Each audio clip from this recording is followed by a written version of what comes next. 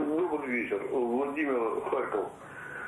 Аркадий, вот скажите, как оно со стороны России выглядит ситуация? Вот в Украине многие воспринимают граждан Донецка и Луганска вот как предателей. Вот. Есть точка зрения, что россияне вот таким же способом, таким же образом, также точно считают и украинцев предателями. Ну, якобы мы один народ с ними. Вот. Вопрос, сколько должно пройти времени, чтобы вот эти инсинуации на тему «один народ» ушли, чтобы россияне поняли, что они россияне, а украинцы – это украинцы. Да, спасибо за вопрос. Я абсолютно с вами согласен. Россияне считают действительно украинцев предателями, потому что как же так, вы сбежали из нашей замечательной России под крыло проклятого НАТО, и это, безусловно, с их точки зрения предательство.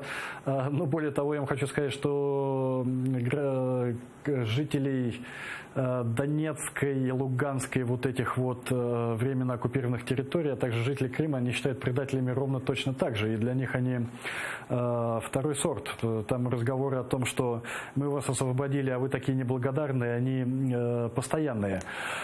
Вопрос не во времени. Вы спрашиваете, сколько должно пройти времени, прежде чем россияне поймут. Вопрос не во времени. Сколько бы времени ни прошло, если эта империя, если там не произойдет катарсиса, изменений в головах не случится, не произойдет. Хоть 100 лет, хоть 200, все равно они будут твердить про один народ, все равно они будут рассматривать все, что по границам, такими, понимаете, они даже не считают же Украину за суверенное государство. Они не видят в Украине государства. Да? Они считают, что Украина – это такой мешок с песком, которым они вот по периметру обкладываются вокруг себя по брустверу, чтобы сюда не пришло проклятое НАТО. А тут мешок с песком что-то вдруг начинает выпендриваться и говорит, что у него такие же права. У них это в голове просто не укладывается, они этого просто не понимают.